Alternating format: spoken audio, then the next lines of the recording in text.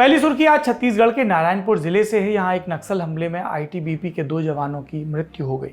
ITBP की 45वीं battalion का एक दल अपने कैंप से सिर्फ आधा किलोमीटर दूर था जब नक्सलियों ने गोली चलाई।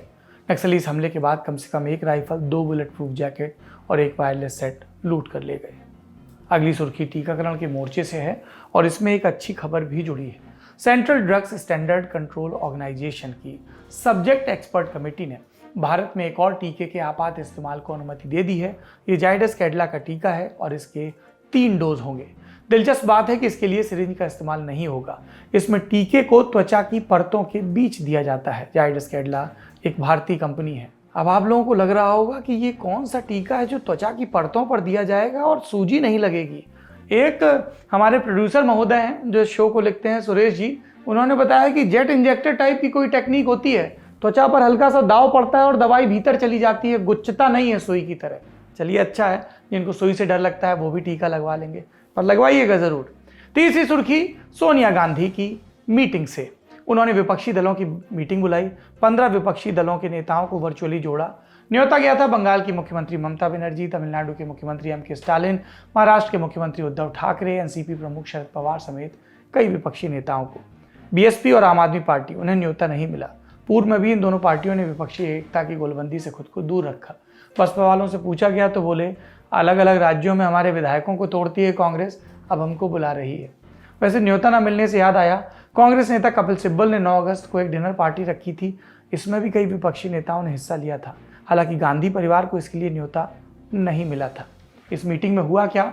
सोनिया गांधी ने कहा कि 2024 के चुनाव की तैयारी करनी है, देश की आज़ादी और आदि इत्यादि को बचाने के लिए सभी दलों को अपने पॉलिटिकल कंपल्शन को थोड़ा सा किनारे रख के साथ में आना होगा। तो ये 2024 के लोकसभा चुनाव के लिए गोलबंदियों की औपचारिक शुरुआत है। अगली सुर्खी की तरफ बढ़ते हैं। प्रधानमंत्री नरेंद्र मोदी ने वीडियो कॉन्फ्रेंसिंग के जरिए गुजरात के सोमनाथ मंदिर से जुड़े कई प्रोजेक्ट्स की शुरुआत की। लंबे वक्त बाद कार्यक्रम में लालकृष्ण आडवाणी भी नजर आए। क्यों नजर आए? क्योंकि वो भी सोमनाथ मंदिर ट्रस्ट के सदस्य हैं, ट्रस्टी हैं। उन्होंने 25 सितंबर 1990 को सोमनाथ से ही अपनी रथ यात्रा, चर्चित रथ यात्रा शुरू की थी, सोमनाथ से अयोध्या तक। ऐसे में जब भी वो फ्रेम में दिखते हैं और सोमनाथ मंदिर का जिक्र होता है तो ये घटना याद आ जाती है, क्योंकि इसी के बाद भारतीय जनता पार्टी का उत्थान शुरू हुआ था। और दिलचस्प बात यह है कि जब ये सोमनाथ वाली यात्रा शुरू हुई थी तब इसके गुजरात लेग की जिम्मेदारी प्रधानमंत्री हैं जो इस समय नरेंद्र मोदी, उनके पास थी।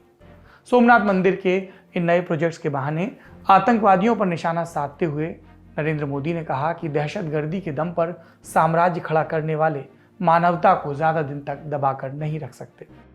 आखिरी सुर्खी अफगानिस्तान से है। यूनाइटेड नेशंस की एक रिपोर्ट में कहा गया है कि अमेरिका या उसकी अगुवाई वाली नाटो सेना का साथ देने वाले अफगानियों की खोज में तालिबान घर घर जाकर तलाशी ले रहा है। एक रिपोर्ट में कहा गया कि आतंकवादी काबुल एयरपोर्ट के रास्ते में भी लोगों की स्क्रीनिंग कर रहे थे। तालिबान पत्रकारों और उनके परिवारों को भी लगातार निशाना बना रहा है। ताज़ा मामला German news channel Deutsche Welle से जुड़े एक अफगानी पत्रकार का है।